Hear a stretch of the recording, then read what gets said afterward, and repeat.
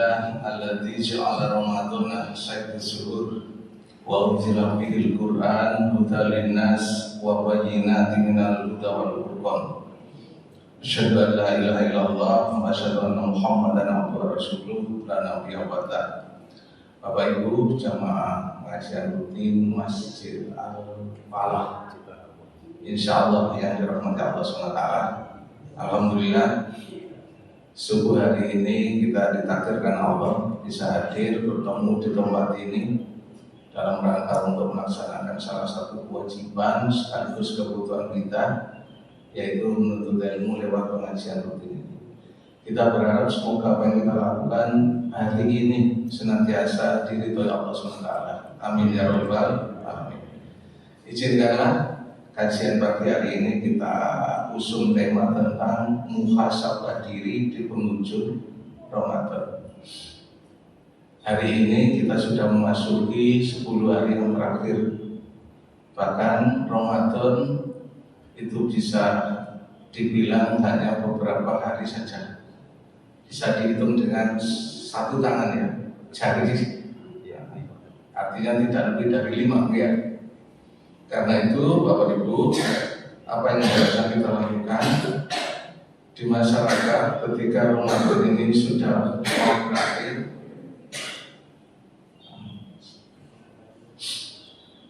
Manusia itu biasanya ada yang sedih, ada juga yang senang. Yang senang karena sebentar lagi mau merayakan hari Raya Idul Fitri. Alhamdulillah, materi kan itu ya. Tapi ada juga yang sedih, prihatin. Mengapa kok sedih? Sebab mau ditinggalkan bulan Ramadan yang penuh dengan berkah. Sedihnya juga kadang-kadang berpikir, kira-kira Ramadan tahun depan saya bisa ketemu lagi apa enggak ya? Atau Ramadan tahun ini adalah Ramadan terakhir dalam hidup kami. Kadang-kadang kita sedih. Saya nggak tahu di antara yang ada di sini itu termasuk yang mana ini. Termasuk yang senang karena segera datang bulan suci Idul Fitri atau prihatin yang ini. Lebih-lebih, mohon maaf, ada pertanyaan yang harus kita jawab hari ini. Bu, sudah berhasilkah puasa Ramadan kita? Halo? Ini malah menyedihkan sekali. Jangan-jangan belum berhasil. Soalnya Rasulullah pernah mengingatkan ini. Kamin so'imin laisa min siyamihi ilal jual. Kata-kata ini mohon maaf sepintas biasa, tapi kalau kita mau merenungkan di hadis lain mengatakan rubah so'imin. Jadi banyak orang yang berpuasa laisa min siyamihi tapi tidak berhasil puasanya. Ilal jual atas kecuali hanya mendapatkan lapar dan dahaga. Kata-kata banyak itu kira-kira umpamanya orangnya itu 10, kalau banyak itu berapa? 2 itu banyak? Mungkin berapa? Lebih dari separuh? Kalau seandainya ini di sini ada orang 100 yang berpuasa, yang diterima berapa? Yang berhasil berapa? Menurut hadis ini banyak berapa? Kalau ada 100, yang berhasil berapa? Yang nggak berhasil berapa? Kalau di sini dikatakan banyak, yang nggak berhasil berarti sedikit sekali yang berhasil, betul ya? Karena itu Bapak Ibu, mohon maaf, gak usah mikir hari raya dulu lah. Poso raya kurang mesti berhasil kan itu. Nah, ini yang harus kita pikirkan di penghujung ini. Makanya judul atau tema yang kita kaji hari ini itu adalah muhasabah di penghujung Ramadan. Mengapa kita perlu melakukan muhasabah? Yang jelas Allah memerintahkan di dalam surat Al-Hasyr ayat 18. Ya ayyuhalladzina amanu taqullaha. Pakai ya itu. Wal tandur nafsum ma qaddamat lillah wa taqullaha innallaha khabirum bima. Ayat ini jelas Allah memerintahkan kita untuk melakukan muhasabah. Dan orang-orang yang beriman, ingat Ibnu Mas'ud pernah mengatakan, "Idza sami'allahu yaqulu ya ayyuhalladzina amanu." Ketika engkau mendengar Allah berfirman, "Ya ayyuhalladzina amanu farriha sam'aka." Bukalah telingamu. Fa innahu khairun ya'muru aw syarrun yanhahu. Karena setiap kata ya ayyuhalladzina amanu itu ada dua. Kalau tidak perintah, ya larangan. Karena itu kalau perintah lakukanlah, kalau larangan tinggalkanlah. Bisa dipahami ya? Jadi istilahnya setiap kita mendengarnya ayyuhalladzina amanu itu, mohon maaf loh, seharusnya kita itu dalam bahasa Jawa yang ngomong, Pak, apa yang ngomong? Kaget, ada apa ya Allah? Kok saya Pak gitu. Pertanyaannya seperti itu enggak kita itu? Ya ayyuhalladzina amanu, maaf, ya gidek kan. Ya ayyuhalladzina amanu, apa yang gidek? Atau jangan-jangan kita itu bukan termasuk orang yang beriman. Makanya begitu ya ayyuhalladzina amanu langsung ada apa? Ada apa ya Allah? Kok saya dipanggil? Kalau Allah memanggil biasanya dua. Kalau tidak perintah, larang. Ya ayyuhalladzina amanu kutiba alaikumusiyam, perintah apa larangan? Perintah. Jadi Bapak Ibu, begitu mendengar kata-kata ya ayyuhalladzina amanu, saya siap melaksanakan perintah ya Allah. Saya siap meninggalkan larangan ya Allah. Ya ayyuhalladzina amanu la tulhikum amwalukum wa la auladukum. Ada dia. Surat Al-Munafiqun ayat 9. Jadi tolong Bapak Ibu, begitu mendengar kata-kata ya ayyuhalladzina amanu langsung kita respon, gitu loh. Halo. Ini kadang-kadang kita tuh kalau nggak diingatkan ini ya ayyuhalladzina amanu saja ini isi Quran ya mesti ya ayyuhalladzina amanu kan itu ya. Oke. Ittaqullah. Perintah bertakwa pada Allah. Bentuknya apa? Wal tandur nafsu ma qaddamat lighad. Dan perhatikanlah apa yang sudah kamu lakukan selama ini. Lighadin, dan siapkanlah apa yang akan kamu lakukan besok. Wattaqullah. Ayat menggunakan apa? Menyampaikan wa tandur nafsu ma qaddamat lighad saja itu diapit dengan dua kata takwa. Gak ada loh ayat dilihat. Ya ayyuhalladzina amanu taqwa, takwa ya. Wa tandur nafsum ma qaddamat lighad, wa taqwa kan itu ya. Innallaha khabirun bima ta'malun. Sesungguhnya Allah mengetahui terhadap apa yang kita lakukan. Jadi ayat ini mau memberikan petunjuk pada kita, setiap manusia harus melakukan muhasabah. Apa itu muhasabah? Mengintrospeksi diri. Keutamaan muhasabah Bapak Ibu paling tidak dampak namanya kajian ya, paling tidak memberikan pencerahan. Yang pertama adalah wahana mengoreksi diri. Kita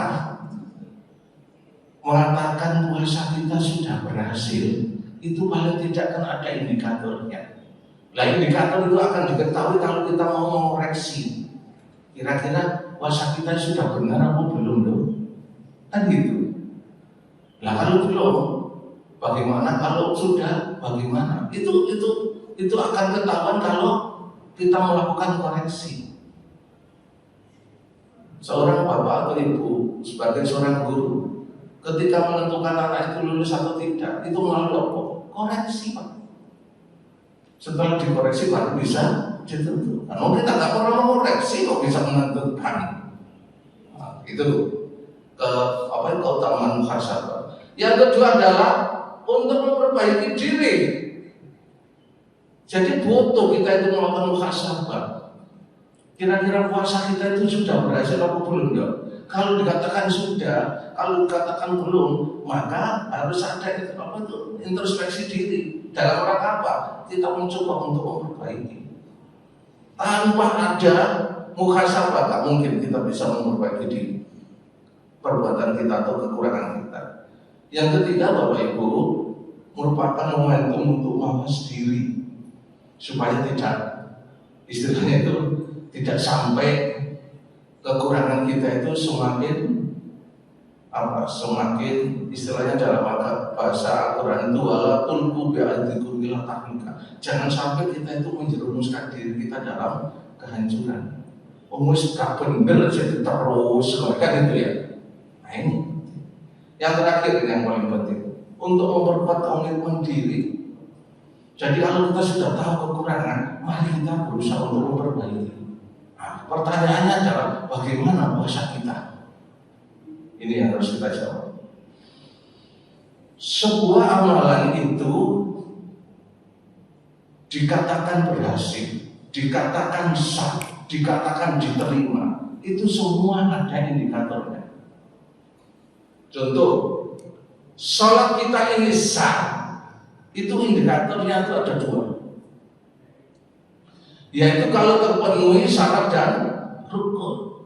Syaratnya apa sholat? Wudu, betul ya? Rukunnya apa? Yaitu perbuatan yang kita lakukan selama kita menjalankan ibadah sholat, mulai takbir sampai apa? Kalau dua ini sudah terpenuhi, berarti apa? Sah. Bisa dipahami ya? Jadi si kebut amalan ini sah kalau syarat dan rukun terpenuhi. Kalau belum terpenuhi, ya gak sah. Seperti orang nikah. Pernah kan kita nikah ya? Kalau kedua mempelai sudah ada, terus yang menikahkan sudah ada, walinya sudah ada, betul ya? Terus ada ijab kabul, apa serah terima ya? Sudah terlaksana. Ditambah lagi dengan mahar, ada saksi lagi. Terus begitu pelaksanaan disebut sah atau enggak? Sah. Gak bisa mengatakan perkawinannya enggak sah. Enggak sah yang mana? Kalau syarat dan rukun sudah terpenuhi. Bisa dipahami? Termasuk amalan kita diterima oleh Allah, itu ada indikatornya Pak. Indikatornya ada dua. Satu, ikhlas. Dua, ittiba Rasul. Siapa yang ngomong? Allah. Wa ma umiru illa liya'budullaha mukhlishina lahuddin. Aku tidak menerima puasamu, katanya Allah gitu, kalau tidak kamu lakukan dengan ikhlas. Jadi amalan itu harus diikuti dengan apa? Keikhlasan. Pertanyaannya adalah apa itu ikhlas? Ikhlas berdasarkan kata kholasa, artinya apa? Murni. Berarti apa yang dilakukan itu betul-betul niatin murni karena Allah semata, tidak ada kepentingan pribadi, tidak kepingin dipuji, tidak kepingin dilihat orang, tidak kepingin dihargai orang, tidak kepingin ditunjuk-tunjukkan orang. Itu namanya ikhlas. Kalau masih ada keinginan kepingin dipuji orang, berarti kayak kelas. Apalagi dia ngomong-ngomong, aku ingin kayak ibu ikhlas loh gitu. Ya jelas kayak ikhlas. Oh dia ngomong, no. Jadi kalau memberi gak usah di ngomong. Pembuat uang dikandani, ada itu ya. Iku loh macet itu di sini, teko aku tak ibu. Ya tambah kayak ikhlas. Jadi ikhlas itu diam. Karena ditunjuk-tunjukkan itu jenis iklan. Bukan ikhlas apa. Jadi baik, sekarang apa tuh? Yang tadi perlumbran satu ya. Yang kedua, Allah mengatakan bahwa atakum rasulullah ma'budu wa mana'akum ma'budu. Apa yang diperintah Rasul ya lakukan, apa yang dilarang Rasul ya tinggalkan. Karena itu Rasulullah mengatakan, man, siapa saja amila amalan, melakukan amalan, laisa alaihi amruna, tidak ada perintah dari aku, tidak ada contoh dari aku. Apa katanya Rasulullah? Bahwa amalan itu tertolak. Tertolak itu berarti apa?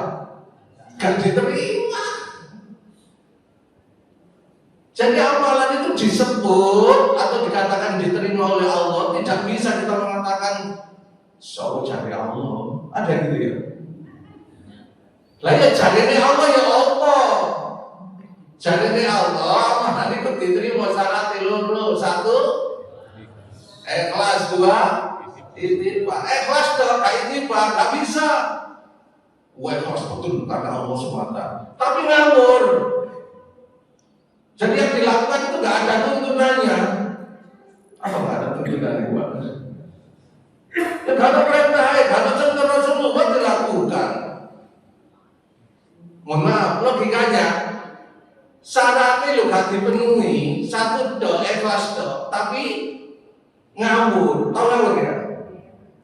Kira-kira diterima enggak? Ya enggak. Sebaliknya sudah sesuai dengan aturan Rasulullah. Presisi namanya itu. Tapi gak ikhlas. Kira-kira gimana? Ya gak diterima. Apalagi wis gak ikhlas, gak nganut Rasulullah. Pertanyaannya adalah apakah amalan kita itu sudah 2 ini terpenuhi? Kalau sudah terpenuhi, doa ya Allah, Rabbana taqabbal minna innaka antas samiul. Terimalah ya Allah ibadahku. Oke, gak masalah, sesuai. Lalu yang dilakukan itu gak ikhlas ngomong, terimalah ya Allah. Infakku tadi ya sulit. Atau usaha ikhlas tapi ngawur. Ya Allah, semoga apa yang saya lakukan dari ini yang sekian ini ya Allah Engkau terima. Ya nggak mungkin. Udah bisa tidak? Oke. Gak apa-apa ya? Oke, mohon maaf saya tadi belum pernah ke sini jadi saya nggak tahu. Maunya ke barat ternyata ke timur. Ya gak apa-apa. Baik Bapak Ibu bisa dipahami ya. Nah sekarang yang terakhir, kalau amalan itu berhasil dilihat dari apanya? Saudara bisa ke Surabaya. Kalau sudah nyampe Surabaya, betul? Jadi keberhasilan itu disebut berhasil kalau kita sudah memenuhi indikator daripada keberhasilan. Lah keberhasilan puasa itu apa? Tanya mengapa Allah itu menyuruh kita untuk berpuasa? Berarti apa tujuan? Tujuan kita melaksanakan puasa itu apa? Kalau tujuan ini tercapai, berarti kita sudah berhasil. Kalau belum tercapai, jadi belum sampai di Surabaya, masih di warung, kita kira-kira dikatakan berhasil enggak? Ya tidak. Begitu sampai di Surabaya baru katakan alhamdulillah sudah berhasil. Nah sekarang itu ada logikanya seperti itu. Nah sekarang bagaimana dengan puasa kita? Apakah puasa kita sudah berhasil? Sudah. Apa indikatornya? Kembalikan lagi pada Allah. Indikator puasa Ramadan ini apa? Yaitu menjadikan orang apa? Bertakwa. Ya ayyuhalladzina amanu kutiba alaikumusiyam kama kutiba alal ladzina min qablikum. Apa ini? La'allakum, supaya kita menjadi orang yang bertakwa. Ya ini tujuannya puasa. Pertanyaannya, apakah tujuan puasa menjadi takwa itu sudah kita raih?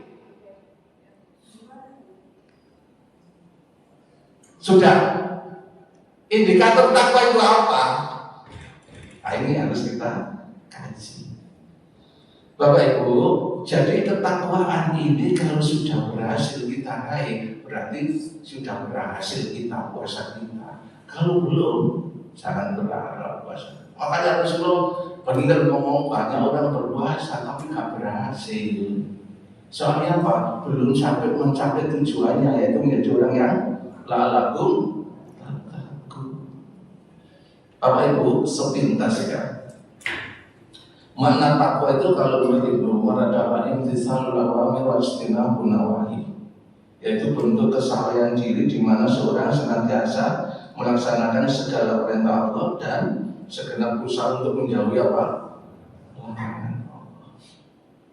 Karena itu lebih spesifik, tanda-tanda orang yang bertakwa itu apa? Kita terus terang nggak bisa menjawab, kecuali harus tanya pada Allah. Melalui apa? Melalui kitab sucinya. Allah berfirman di dalam surat Ali Imran ayat 133 dan 134, wa syari'u ila maghfiratin mir rabbikum wa jannatin 'arduha as-samawati wal ardh uiddat lil muttaqin. Kan dia segeralah cari ampunan Allah, surga itu seluasnya antara langit dan bumi, uiddat lil muttaqin, diperuntukkan kepada orang yang bertakwa. Siapa itu orang yang bertakwa? Allah jelaskan di ayat 134. Satu, alladzina yunfiquna fis sarra'i wad dharra'i. Satu. Yang kedua, wal kadhiminal ghaidha. Tiga, wal 'afina 'anil nas wallahu yuhibbul. Ada 3 indikator orang yang bertakwa. Kalau ini sudah kita lakukan, berarti kita menjadi orang yang bertakwa, berarti puasa kita sudah berhasil. Kita kaji ya. Oke, yang pertama, alladzina yunfiquna fis sarra'i wad dharra'i, yaitu berinfak baik lapang maupun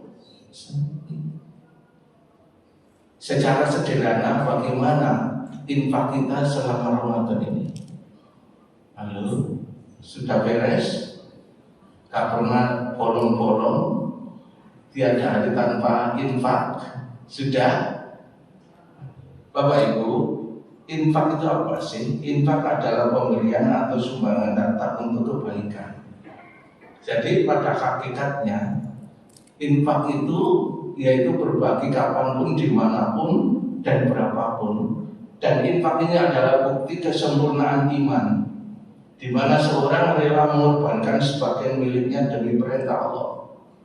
Dengan kata lain, ketika orang menyadari bahwasanya harta yang dimiliki itu, tidak ada kepemilikan mutlak di dalam ajaran Islam. Karena pemilik mutlak itu adalah Allah. Berarti sadar betul harta yang saya miliki itu adalah pemberian Allah. Dan setiap harta yang saya miliki ini ada hak orang lain yang harus saya berikan. Kalau sudah ada pemahaman, penyadaran dalam dirinya bahwa harta saya ini ada miliknya orang lain yang harus saya berikan, saya harus berbagi dengan mereka, tidak mengutamakan kepentingan diri saya sendiri, mereka cukup berhak untuk mendapatkan pembagian dari saya, itu yang disebut orang berinfak. Dan kalau itu sudah menjadi sikap dalam hidup kita, yaitu namanya orang takwa. Pertanyaannya, kita sudah seperti itu apa enggak ya? Si eman-emanan, iya kan? Apa eman-emanan? Jadi orang yang bertakwa itu bukan hanya infak itu enggak ada, tidak. Dia itu sadar betul. Apa yang disadari? Bahwasanya harta yang saya miliki itu ada haknya orang lain. Berarti tidak hanya mementingkan kepentingan dirinya, tapi juga mementingkan kepentingan orang. Orang yang sedemikian ini dan disebut orang yang bertakwa. Tidak individualis, tapi apa? Masih ada kesalahan sosial. Punya rasa empati. Oh, empati. Iya, kepedulian. Untuk ngurusi awake dhewe, coba keluarga gak tahu ngurusi orang. Ada gitu. Itu berarti belum mendapatkan, belum ada derajat ketakwaan dalam diri kita. Kalau hidup kita itu hanya mementingkan diri kita sendiri, berarti belum ada ketakwaan dalam diri kita. Ngomong menganggap poso terus berhasil, gara-gara 5.000 rupiah menurut berhasil gitu kan. Jadi infak itu sebenarnya bukan hanya sekedar ini, bukan hanya sekedar transfer uang, itu bukan, melainkan investasi akhirat yang mempererat persaudaraan manusia dan meningkatkan kepekaan sosial. Ada rasa empati, itu namanya infak. Jadi infak itu sebenarnya bukan hanya sekedar uang. Ada kotak ya, ditaruh di kotak infak ya. Kotak. Sebenarnya nama kotak infak, kotak amal ya. Amal itu kan perbuatan ya. Nah, kotak amal, kotak perbuatan. Apalagi kotak wako. Apalagi kotak wako. Wako itu ada 4 unsur. Nah, mau orang yang ngasih itu kotak doy nggak bisa. Sebenarnya kotak ada kotak infak ya, ada. Jadi Bapak Ibu, infak itu jangan hanya dimaknai untuk kludik, bukan itu. Jadi cirinya orang yang bertakwa itu adalah orang yang punya rasa empati terhadap orang lain. Hati-hati loh, ini biasanya di perumahan itu rasa apa itu, egonya itu semakin, soalnya ketika manusia lain dewe, itu hati-hati. Jadi kalau dalam diri kita sudah ada perasaan empati dengan orang, paham empati ya, maka insya Allah sudah ada ketakwaan dalam diri kita. Nah, nanti kita sharing ya. Yang kedua Bapak Ibu, ya, dalam surat Sabat dikatakan oleh Allah, wa anfaqtum min syai'in fahuwa yukhlifuh. Apapun yang kita infakkan ini akan diganti oleh Allah. Kau usah khawatir, diganti oleh Allah. Ya. Jadi infak itu intinya memberi tanpa mengharapkan pujian, tapi semata-mata karena Allah. Dan memberi itu ternyata lebih baik dari menerima. Ya dulu ya khairun yatul. Oke, yang kedua, apakah ketakwaan itu sudah kita raih? Jika orang yang bertakwa, yang kedua itu apa? Wal kadhiminal ghaidha, yaitu sanggup menelan atau menahan diri dari amarah. Secara sederhana, kira-kira 25 hari puasa ini nguring-nguringi pengkira. Halo, setiap hari berapa kali marah-marah? 2 kali, 3 kali. itu secara sederhana. Tapi yang namanya takwa bukan hanya murid-murid, tapi secara filosofi, artinya orang yang bisa menahan diri dari amarah itu, Bapak Ibu, yaitu menahan diri saat marah adalah cerminan kekuatan hati yang sesungguhnya dan manifestasi tertinggi dari sifat sabar. Makanya orang yang bisa menjadikan dirinya sebagai orang yang pemurah, apa pemurah? Pemurah, orang yang ramah, yaitu cirinya orang yang bertakwa. Gak punya rasa sakit hati dengan orang, gak punya rasa mangkel, gak punya rasa geding. Apa Pak geding? Geding itu bahasa Belanda ya, geding. Gak punya rasa benci dengan orang, gak punya rasa gak enak sampai koncone. Kira-kira sudah hilang nggak sifat-sifat itu dalam diri kita? Masih ada. Saya rasa gak seneng sampai koncone ngaji itu sih ono. Masih ada. Kalau masih ada yang berarti puasanya belum berhasil. Kenapa? Waktu ini dan itu sudah punya apa? Tidak punya rasa, istilahnya bolaknya rasa menimbulkan kemarahan dengan orang.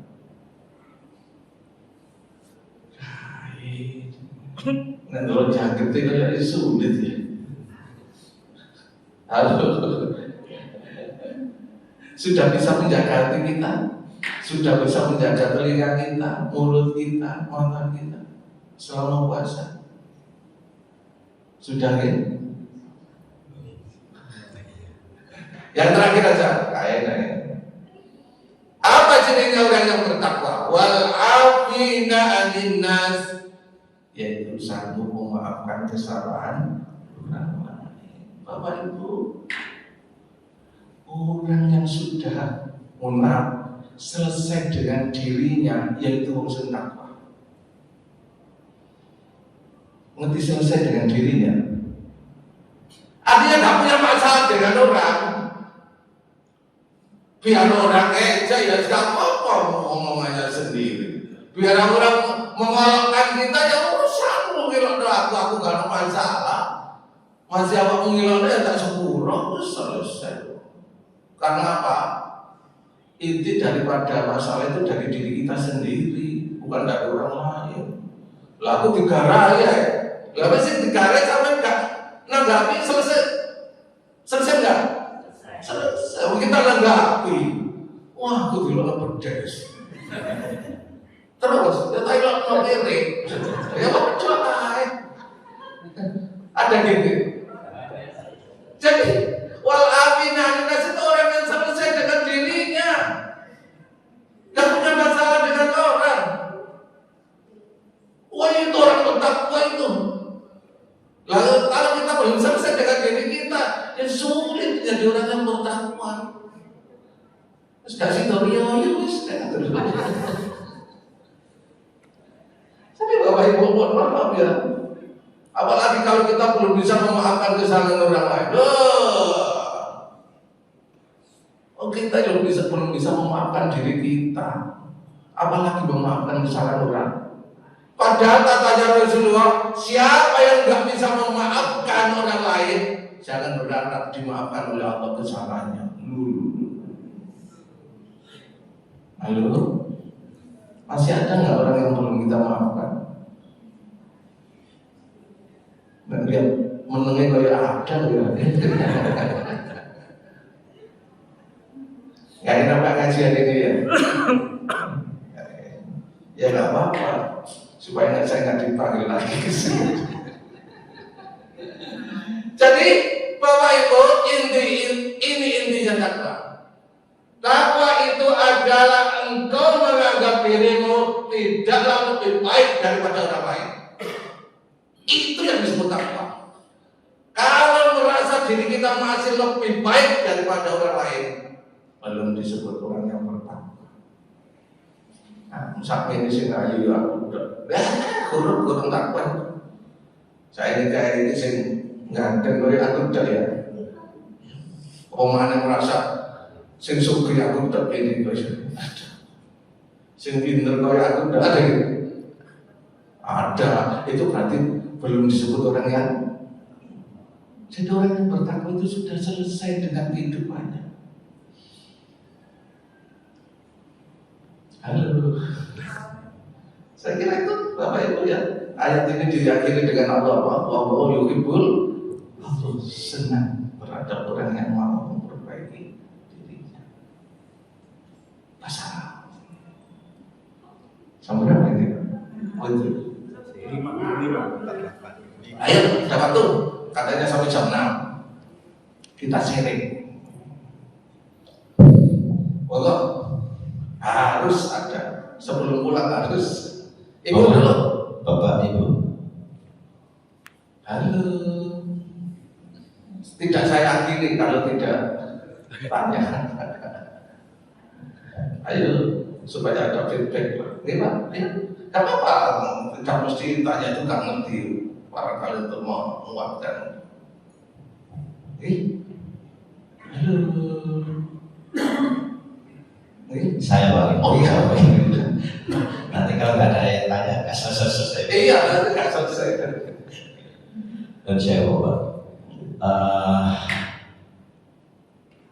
tujuan daripada menjalankan puasa, ayat 183 adalah bertakwa, takwa. Tapi kita tidak bisa, atau memang kita pesimis Pak untuk bisa meraih takwa, karena takwa itu sudah derajat yang paling tinggi, yang paling mulia. Inna akramakum indallahi atqakum. Betul. Nah, sehingga kita masih merasa belum bisa mencapai itu. Nah, kemudian bagaimana agar kita bisa meraih rasa takwa? Karena sebagai manusia kan al-insanu khalaqah ya. Ada kekurangan, ada kelemahan dan sebagainya. Dan ini yang menjadi obsesi kita untuk meraih takwa itu, apakah cukup dengan puasa saja? Kan masih ada puasa berikutnya. Apa kita ini takwanya level 1, kemudian berikutnya takwa level 2 dan seterusnya. Nah ini yang perlu mohon ada pencerahannya untuk orang itu. Terima kasih, luar biasa. Perlu dipikirkan ya, Bapak Ibu, untuk meraih takwa itu memang tidak semudah yang kita bayangkan, kan itu ya. Karena kalau kita lihat ciri 3 takwa itu kan yang berasal dalam diri kita ya. Gitu ya, berbagi ya jarang gitu ya. Terus punya apa tadi?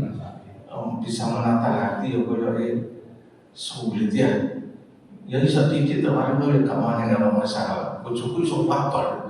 Kalau masalah, nggak ada masalah. Halo. Terus yang ketiga tadi apa? Sudah selesai dengan dirinya. Kau khawatir. Ada ayat Allah mastata'tu. Bertakwalah kepada Allah sesuai dengan kemampuan. Nek mampu nih soal ini tak ya apa-apa. Maksudnya kalau itu bisa ditingkatkan, mengapa tidak bisa ditingkatkan dulu? Masuk takwa yang sak mulut dok, saya kelima dok ikurane. Ditingkatkan lah menjadi 60 gitu ya. Syukur-syukur 75 ya. Halo. Jadi Allah tidak melihat keberhasilan. Hidup itu meskipun nggak berhasil tak apa-apa. Tapi yang penting perjuangan kita untuk mencapai hasil itu yang dilihat Allah. Bisa dipahami? Nah nuruti perfect 100%. Sulit. Makanya Bapak Ibu, yang penting hidup ini untuk meraih ketakwaan itu harus kita raih sesuai dengan kemampuan kita. Kemampuan kita di mana? Kemampuanku sampai ini, ya gak apa-apa sampai ini. Gak bisa kita memaksakan diri.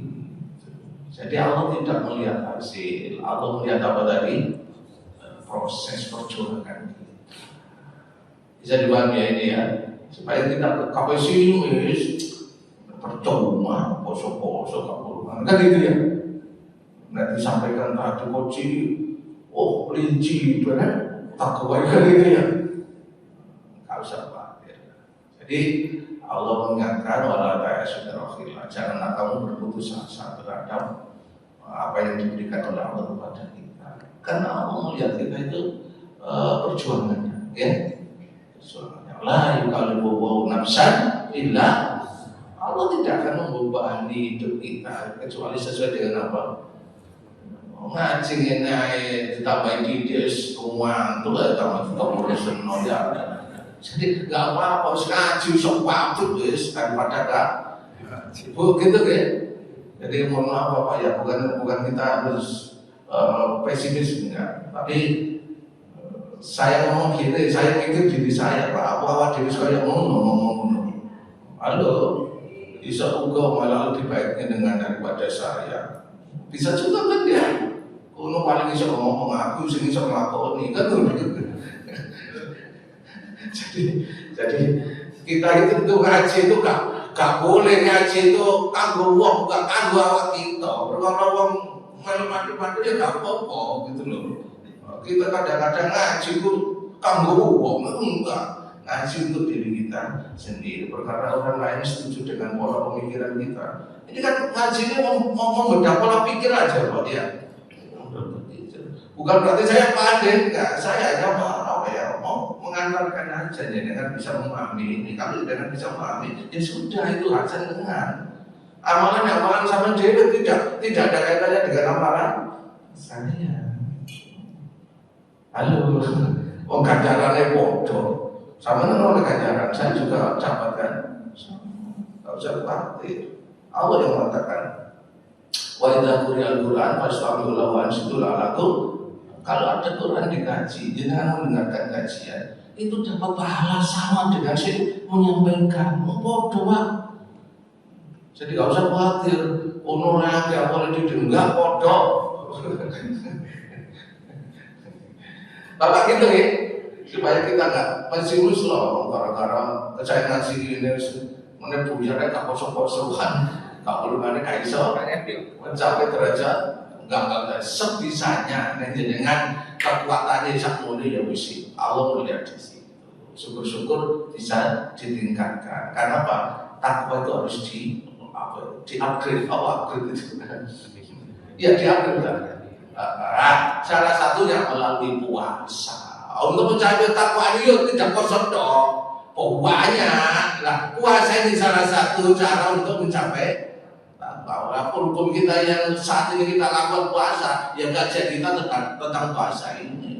Sholat bisa mencapai takwa, bisa. Haji bisa mencapai takwa, bisa. Semua yang kita lakukan itu bisa mencapai ketakwaan. Itu ya. Cuma karena apa ya? Bukan daerahnya, masanya sekarang ini masa puasa ya. Ya kita bicara tentang puasa dalam rangka mencapai. Kurang sedikit, ayo. Enggak, alhamdulillah. Ada dua ya. Ibu singkat aja, mau Bapak. Bapak dulu gak apa-apa, Pak. Setelah itu Ibu. Oke, sekarang ini dulu ya. Terima kasih Ustaz. Saya tadi juga belajar cepat muhasabah. Kita ini memang harus jujur sering kejebak dalam muhasabah itu pada ukuran berhasil itu dalam kuantitas jumlah daripada di kualitas. Tiga indikator tadi lebih ke indikator takwa secara kualitatif. Lalu tadi saya mereka ternyata dalam hal indikator kuantitatif jumlah pun kita ini ternyata juga agak sulit.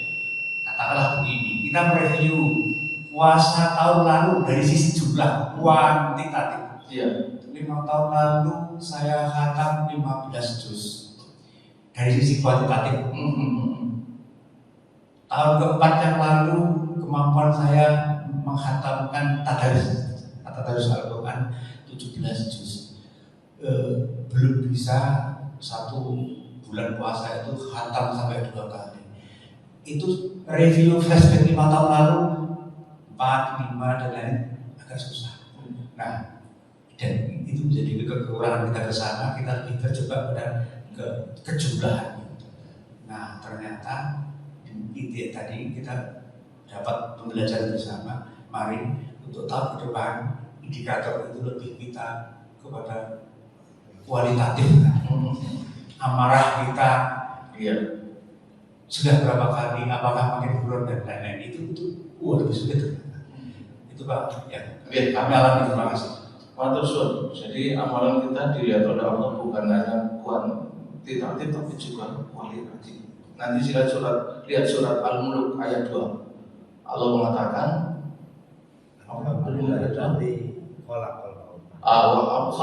Alladzi khalaqal mauta wal hayata liyabluwakum ayyukum ahsanu amala. Ahsan itu isim tafdil, artinya comparison degree ya. Itu artinya kualitatif Pak, bukan kuantitatif. Tadi itu ya. Jadi saya setuju, mari kita benahi kuantitatifnya, juga kita tidak boleh melupakan kualitatif. Terakhir Bunda. Siap Ustaz, terima kasih Ustaz. Bisa ketemu di Masjid Al-Farad. Semoga selanjutnya bisa mengisi di sini. Ini yang ingin kami pertanyakan tentang takwa yang poin ketiga tadi. Untuk membersihkan hati dan untuk memaafkan tadinya. Nah, di sini di dalam poin puasa kami banyak mengamati, terutama yang terkecil dari suami istri aja kadang terbentur. Yang kedua, melihat di tetangga sampai tidak bertegur sapa. Yang ketiga, kadang dari keluarga kandung ya, dari saudara-saudara itu pun terkadang juga tidak bertegur sapa. Nah, giat untuk menghadapi puasa yang seperti ini, apakah sudah bisa dikatakan takwa, Ustaz? Terima kasih. Assalamualaikum warahmatullahi wabarakatuh. Amalan itu ada dua Pak. Kita lihat dari struktural dan fungsional. Semua perbuatan yang seremonial ini, katakanlah puasa ini, menahan lapar dan dahaga ini, itu kan seremonial, struktural. belum fungsional. Artinya amalan kita itu harus fungsional. Mohon maaf, Umi ini itu kalau saya amatikan, ini Umi itu bagus secara struktural, tapi belum mempunyai makna fungsional. Baru kalau saya tekan ini mempunyai fungsi. Sama Bunda, kalau puasa itu sudah kita lakukan semacam itu, ya nggak apa-apa, sudah benar itu secara struktural, tapi belum ada fungsionalnya. Nah, malah kita itu dilihat oleh Allah, tujuh struktural itu sebenarnya fungsional. Kalau dalam bahasa agama itu ada, mohon maaf, amalan yang kita lakukan itu jangan sampai hanya sekedar tatanan pelaksanaan, tidak tatanan untuk berdampak. Pengaruhnya apa sih amalan kita itu? Nah, kalau tidak ada pengaruhnya, ambek tonggo sih mau mangkelai, ambek dulu sih gak wae. Terus apa gunanya kita melakukan puasa itu? Halo? Jadi amalan kita itu jangan hanya bersifat struktural, tapi juga bisa fungsional. Ada, kalau dalam tasawuf itu ada namanya hakikat, makrifat, dan tarekat. Jadi tarekat itu jalan yang harus terus. Syariat itu syariatnya. Hakikat itu apa sih? Makna apa namanya? Makna filosofi bahasa ketiga. Makna filosofi daripada puasa ini apa sih? Ya itu mah bisa memaafkan kesalahan wong, itu jadi makna filosofi. Nah hanya iso tahan, mohon maaf kapan gak ngombe kan itu ya Pak. Mohon maaf Bu, makanan di rumah kita halal nggak? Ketika siang kita berarti nggak menahan diri tidak makan itu, bisa ya? Karena puasa. Wong sing halal aja kita berani meninggalkan. Apa maknanya sih? Haram, seharusnya begitu. Oh yang halal bisa kita tinggalkan ya? Apa maknanya sih? Makanya ini fungsional. Mana hakikatnya puasa itu di situ. Lari hanya sekedar makan dan minum ya, sekape orang isep ya. Tapi nek gurung isep memaafkan kesalahannya dulu deh. Ya puasa gurung berfungsi. Aduh, kayaknya ada ya. Ayo sekarang. Saya puasanya berhasil gitu ya. Cukup ya, mohon waktunya habis gak enak. Kapan-kapan aja kalau ada waktu banyak, kita sharing ya. Bapak Ibu yang dirahmati Allah, demikian kajian kita pagi hari ini.